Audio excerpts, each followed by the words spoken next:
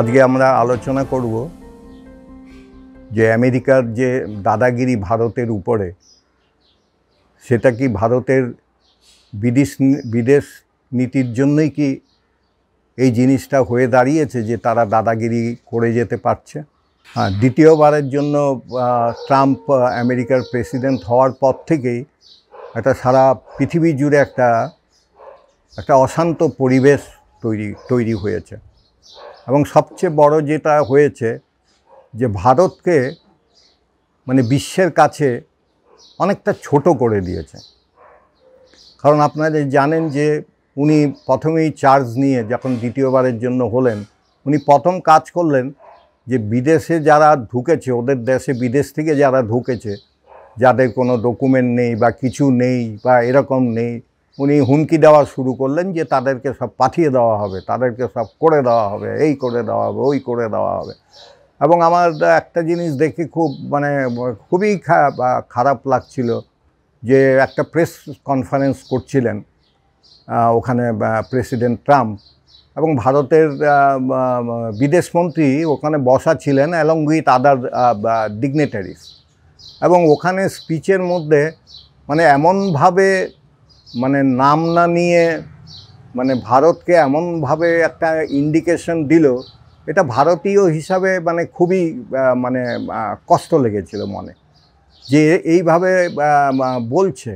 আজকে আমেরিকাতে ভারতবর্ষ থেকে প্রচুর লোক যায়, বিভিন্ন সময়ে গেছে, আজকে যায়নি, অনেক দিন ধরে যায়। কেউ শিক্ষার জন্য যায়, কেউ বিভিন্ন কাজে যায়, প্রচুর লোক গিয়ে ওখানে সেটেল হয়ে যায়, এবং অনেকে সিটিজেনশিপও পেয়ে যায়, ওরা ভোট দিতে পারে সেখানে। এরকম আছে এই দিকের থেকে, বাংলাদেশ থেকে প্রচুর লোক যায়, পাকিস্তান থেকেও যায়, অন্যান্য ইউরোপিয়ান কান্ট্রিগুলি থেকেও যায়, বিভিন্ন বড় বড় ছোট যেসব কান্ট্রি আছে সেখান থেকেও যায়, এবং গিয়ে তারা ওখানে সেটেল করে, পড়ে, ওইখানে চাকরি করে, এইভাবেই চলে এসেছিল। কিন্তু এবার যখন হুমকিটা দিল, ঠিক আছে তোমার ওখানে ইলিগ্যাল আছে ইলিগ্যাল মাইগ্রেন্টদেরকে পাঠিয়ে দেওয়া হবে, ঠিক আছে, ততটুকু অবধি কোনো আপত্তি নেই, মাইগ্রেন্ট তুমি ধরে পাঠিয়ে দাও। কিন্তু আমরা কি দেখলাম? আমরা দেখলাম যে ভারতের কিছু ছেলে, বিশেষ করে খুব ইয়ং, তারা চাকরির কারণেই তারা গেছে, এখানে চাকরি নেই ভারতবর্ষে, সেই জন্যই ওরা ছুটে ওই সব জায়গায় গেছে যে আরও অনেক টাকা তারা উপার্জন করতে পারবে। অনেক কষ্টের মধ্যেই তারা দিন কাটিয়েছিল সেখানে। তাদেরকে ধরে চালান করে দিল ভারতবর্ষ। এবং চালানটা করলো কীভাবে, সেটা টিভিতে অনেকেই দেখিয়েছেন, মিডিয়া চ্যানেলগুলি দেখায়নি।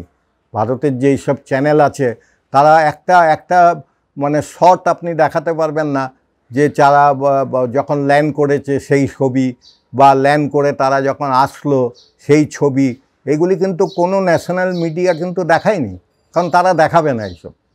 কিন্তু আমেরিকা ইচ্ছে করে এই ছবি কিন্তু ওদের দেশ থেকেই ছেড়ে দিয়েছে, সেই দেশ থেকেই করে দিয়েছে। এবং দেখা গেল আমাদের যারা ভারতের নাগরিক, তাদের পায়ে শিকল, হাতে শিকল, তাদেরকেও ওরকম বড় একটা প্লেনের মধ্যে বসিয়ে, গাদাগাদি করে বসিয়ে তাদেরকে পাঠালো। এবং আমরা খবরে শুনতে পেলাম যে তারা আসবে, তারা নামবে কোথায়, যে না অমৃতসরের এখানে যে এয়ারপোর্ট আছে সেখানে নামবে। এবং যারা এসছে তাদের বেশিরভাগ এসছে গুজরাটের লোক। তো ফ্লাইটটা আহমেদাবাদে যায়নি, ফ্লাইটটা সোজা গেছে ওই আমেরিকার যেটা পাঠিয়েছিল, ফ্লাইটটা গিয়ে ওই অমৃতসরের এখানে ওদের এয়ারবেসে ওখানে ল্যান্ড করেছে, এবং ওখান থেকেই তাদেরকে বিভিন্ন স্টেটে যারা ছিল তাদেরকে পৌঁছে দিয়েছে। এবং কথাটা হচ্ছে, এইটা দেখিয়ে কিন্তু ভারতকে তো আমরা জানি যে one of the largest country in the world, আমরা 4, 5, 6 এরকমের মধ্যে আমরা এসে যাই। আর জনসংখ্যার দিক দিয়ে বলতে গেলে তো আমরা প্রায় দ্বিতীয়, চীনের পরেই ভারত। তো সেরকম একটা রাষ্ট্রের নাগরিকদের, তারা তো নাগরিকই, ভারতের নাগরিক, এটা তো একটা অপমান করা হলো। আপনারা দেখেছেন কোনো ভারতের কোনো মন্ত্রী, কোনো হায়ার অফিসিয়াল এটাকে নিন্দা করেছে? দেখেছেন একজনকে নিন্দা করারও সাহসটা তাদের নেই। কেন নিন্দা করবে না? আজকে যদি আমার দেশের যদি এরকম হয়, দেশের যখন ভালো হয় আমরা বাহাবা দিই, আমরা ভারতের নাগরিক যারা আছি আমরা খুশি হই কিন্তু আমাদের যখন ভারতীয়কে অপমান করা হয়, ভারতীয়দেরকে যখন এরকমভাবে করা হলো, যারা সরকারে আছেন তারা কিন্তু একটা বাক্য খরচ করলো না এটা, বরঞ্চ ওরা বলল না, ওরা তো ওখানে ইলিগালি গেছিল, ওদেরকে এইভাবেই আগে যেরকমভাবে পাঠিয়েছে এরকমভাবেই পাঠিয়েছে। তো এটা জানার পরে এটা জানতে পারলাম যে আগেও যখন পাঠায় এরকম মানে হাতে শিকল পরিয়ে, পায়ে শিকল পরিয়ে, হ্যাঁ, না খাইয়ে দেয়, এমনি করে পাঠিয়ে দেয়, কষ্ট করে ওদেরকে পাঠায়। এটা আমরা জানতে পারলাম, আগে এতটা আমরা জানতে পারতাম না। কিন্তু এই জিনিসটা হওয়ার পরে পরবর্তী সময়ে আরেকটা দাদাগিরি চলে আসলো, উনি তারিফ নিয়ে কথা বলল যে আমরা তারিফ বাড়িয়ে দেব, এক একটা দেশের জন্য এক এক রকম তারিফ করে দিল। এখন সারা পৃথিবীতে তারিফ যুদ্ধ শুরু হয়ে গেছে, যে ইম্পোর্ট যেগুলি হয় সেগুলির উপরে যে তারিফ রাখা হয় সেটার উপরে একতরফাভাবে জিনিসটা করেছে। আপনারা অনেকেই হয়তো জানেন যে এই যে জিনিসগুলি হয় তারিফ বা এইসব, যেটা একটা দেশের সঙ্গে আরেকটা দেশের যে আদান প্রদান হবে সামগ্রীর, সেই যে কোনো সামগ্রী হতে পারে, এগ্রিকালচার প্রোডাক্ট হতে পারে, প্ল্যান্ট মেশিনারি হতে পারে, টেক্সটাইল হতে পারে, মেডিসিন হতে পারে, ফার্মাসিউটিক্যাল যেটা, সেগুলি এবং অন্যান্য অনেক উপাদান, সেগুলি করতেই পারে একটা দেশ থেকে আর কি। কিন্তু সেটা করার জন্য কিছু রুল কিছু করা হয়েছে। এবং আপনারা জানেন WTO বলে একটা সংস্থা আছে, ওয়ার্ল্ড ট্রেড অর্গানাইজেশন, যেটা 1995 এটা তৈরি করা হয়েছিল। মোটামুটি 166 কান্ট্রি সেখানে যোগ দিয়েছিল, অ্যারাউন্ড 98% টোটাল কান্ট্রি যেগুলি আছে। অনেক কিছু একদম অল্প কিছু দেশ এখনও জয়েন করেনি।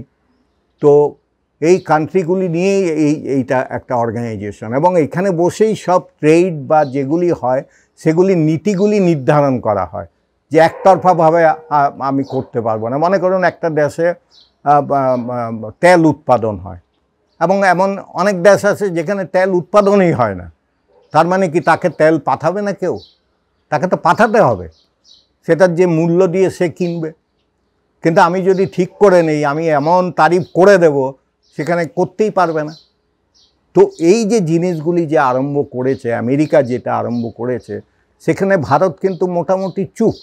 ভারত খালি একটা স্টেটমেন্ট শুরু দিয়েছে যে আমাদের যে জিডিপির কোনো সেরকম কোনো এফেক্ট আসবে না, সেটা বলছে।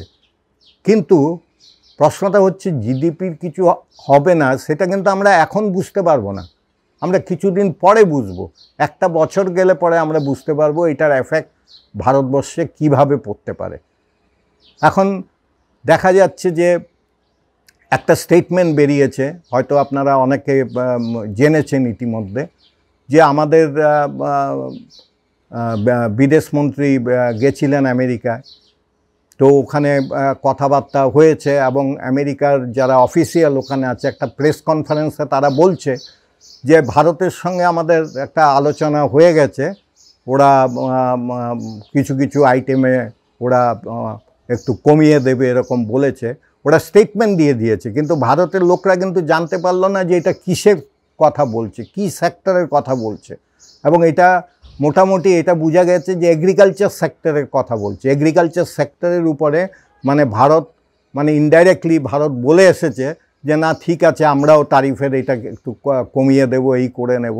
কিন্তু এটার জন্য যে আমাদের যে এগ্রিকালচার মার্কেট যেটা আছে, যেখানে অনেক চাষিরা জড়িত আছে, ভারতের তো মেইন এমপ্লয়মেন্ট যেটা হয় সেটা এগ্রিকালচারেই মেইন এমপ্লয়মেন্ট ক্রিয়েশন হয়। এবং সেইখানে যদি এইভাবে খাওয়ানো হয়, তো এরকম হতে পারে যে আমাদের যারা চাষিরা এমনিই সাবসিডি ভারতবর্ষে সেইভাবে পায় না, কিন্তু আমেরিকাতে এগ্রিকালচারের জন্য প্রচুর সাবসিডি দেওয়া হয়, প্রচুর সাবসিডি তাদেরকে দেওয়া হয় ওখানকার যারা এগ্রিকালচারিস্ট আছে। কিন্তু ভারতে তো সেটা দেওয়া হয় না। সুতরাং তাদের কাছে এটা সবচেয়ে বড় চ্যালেঞ্জ হয়ে দাঁড়াবে। কিন্তু সরকার কিন্তু মুখ কুলু পেটে রেখেছে, কোনো রকম শোনা যাচ্ছে না তাদের থেকে যে আগামী দিনে কি করতে যাচ্ছে বা কি হতে যাচ্ছে, একটা চুপচাপ ভাব যেন। কিন্তু ভারতের পক্ষে উচিত যে সে চায়নার সঙ্গে হোক বা অন্য দেশের সঙ্গে হোক বা আমেরিকার সঙ্গে হোক, আলোচনায় বসে অতি সত্বর এই জিনিসটাকে মিটিয়ে ফেলা। এটা যত ডিলে করা হবে তত কিন্তু আমরা পিছিয়ে পড়ব।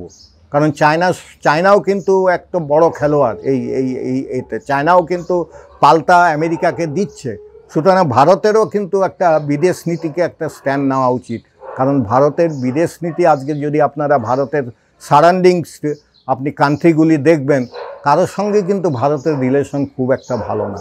সুতরাং ভারতের বিদেশ নীতি নিয়ে ভাবার কিন্তু সময় এসে গেছে।